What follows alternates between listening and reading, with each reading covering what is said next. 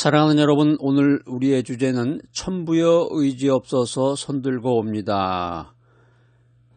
이 주제를 가지고 이 표현이 원래 우리나라의 그 애국가 첫 구절에서 따온 것인데, 원래 본뜻은 이제 나라를 위해서 헌신하겠다는 그 결의를 담고 있습니다.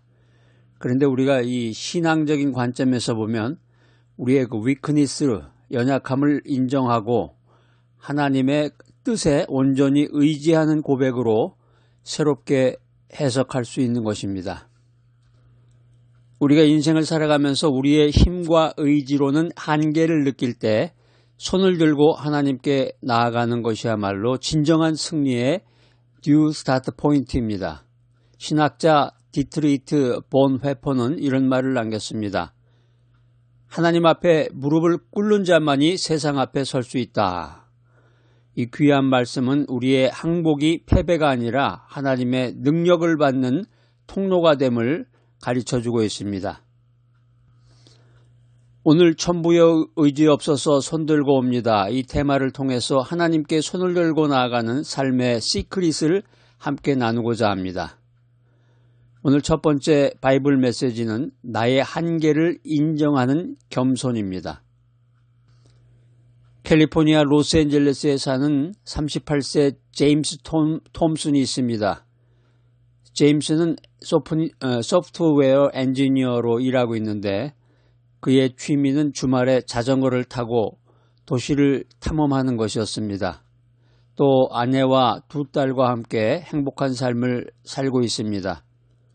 그런데 최근에 직장에서 프로젝트 실패로 좌절하며 힘든 삶을 살고 있다가 교회 예배를 통해서 기도하며 주여 제 힘으로는 안 됩니다. 이런 고백을 하며 주님 앞으로 나아갔습니다. 제임스의 고백처럼 우리의 한계를 인정하는 것이 하나님을 아는 첫걸음입니다. 신약성경 고린도 후서 12장 9절 말씀입니다. 내게 이르시기를 내 은혜가 네게 족하도다. 이는 내 능력이 약한 데서 온전하여 짐이라 하신지라. 온전하여 짐이라, 이 말의 헬라어는 텔레이타이인데요. 완성되고 충만해진다, 이런 의미가 있습니다. 약함 속에, 우리의 인간의 약함 속에서 하나님의 능력이 드러난다, 이런 뜻을 우리들에게 전해주고 있습니다. 사도 바울은 육체의 가시로 고통을 받으며 하나님께 구했지만 하나님은 약함을 통해서 은혜를 주셨습니다. 이는 그의 자만을 꺾고, 사도 바울의 자만을 꺾고 의지를 꺾는 계기가 되었습니다. 이 말씀을 신학적으로 분석해 보면은 존 스타트 목사님은 이런 말을 남겼습니다. 약함이 하나님의 능력을 위한 공간을 만든다. 우리 인간의 한계는 하나님의 개입을 초대하는 것입니다. 그래서 한계를 인정하면 하나님의 은혜가 풍성히 임합니다.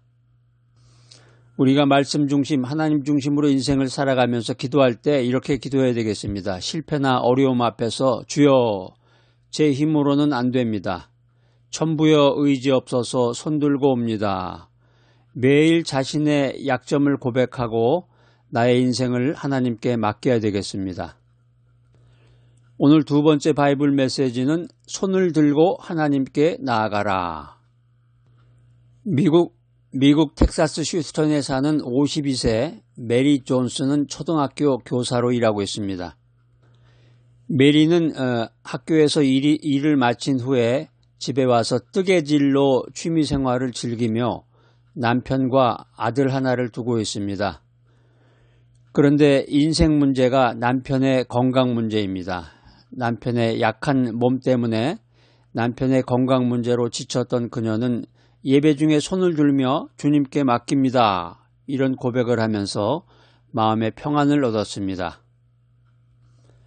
고사성어에 투항즉안이라는 말이 있습니다. 투항즉안, 항복하면 평안해진다, 이런 뜻인데 하나님께 손을 들면 마음의 안식이 찾아옵니다. 여러분들도 한번 손을 이렇게 들어보세요.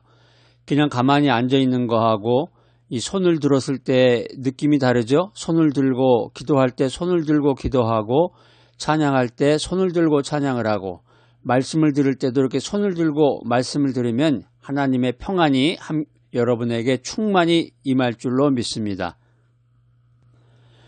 구약성경 시편 55편 22절 말씀입니다. 내 짐을 여호와께 맡기라. 그가 너를 붙드시리라. 맡겨라. 이 말은 히브리어 하슐레크인데요. 던지거나 내려놓는 행위를 뜻합니다. 내가 가지고 있는 이 짐을 하나님 앞에서 내려놔라. 이런 명령어입니다. 다윗은 친구의 배신과 전쟁의 위협 속에서 이 시를 썼습니다. 다윗은 자신의 짐을 하나님께 맡기며 위로를 받았습니다. 찰스 스펄전은 이 구절에서 하나님께 짐을 맡기는 것이 믿음의 실천이다. 이런 설명을 우리에게 전해주고 있습니다. 손을 드는 것은 항복의 상징입니다. 하나님께 나아가면 짐이 가벼워집니다. 여러분, 힘든 순간에 손을 들고 기도하시기 바랍니다. 걱정을 주님께 맡기는 시간을 가져야 되겠습니다. 할렐루야! 세 번째 바이블 메시지는 하나님의 뜻에 순종하는 삶을 살아라. 뉴욕 브루클린에 사는 27세 에밀리 리가 있습니다. 에밀리는 그래픽 디자이너로 일하고 있는데 그녀는 사진 찍기를 좋아합니다. 또 부모님이 계시고 여동생과 함께 생활하고 있습니다. 미국은 생활고가 높고 특별히 이제 뉴욕이나 LA 같은 곳은 물가가 높기 때문에 쉽지 않고 직업 잡기가 어렵습니다. 취업난 속에서 에밀리는 기도합니다. 내 뜻이 아닌 주님 뜻대로 이렇게 기도한 후에 뜻밖의 기회가 그녀에게 찾아온 것입니다. 순천자생이라는 말이 있습니다. 순천자생이라는 말은 하늘의 뜻을 따르는 자가 살 수 있다. 하나님의 의지에 순종할 때 우리가 살 수 있고 하나님의 뜻에 순종할 때 생명이 열립니다. 신약성경 마태복음 26장 39절 말씀입니다. 아버지여, 만일 할만하시거든 이 잔을 내게서 지나가게 하옵소서. 그러나 나의 원대로 마옵시고 아버지의 원대로 하옵소서. 여기에 보면 이제 원대로라는 말이 나오는데, 원대로라는 말은 헬라어 델레마입니다. 의지나 뜻을 뜻합니다.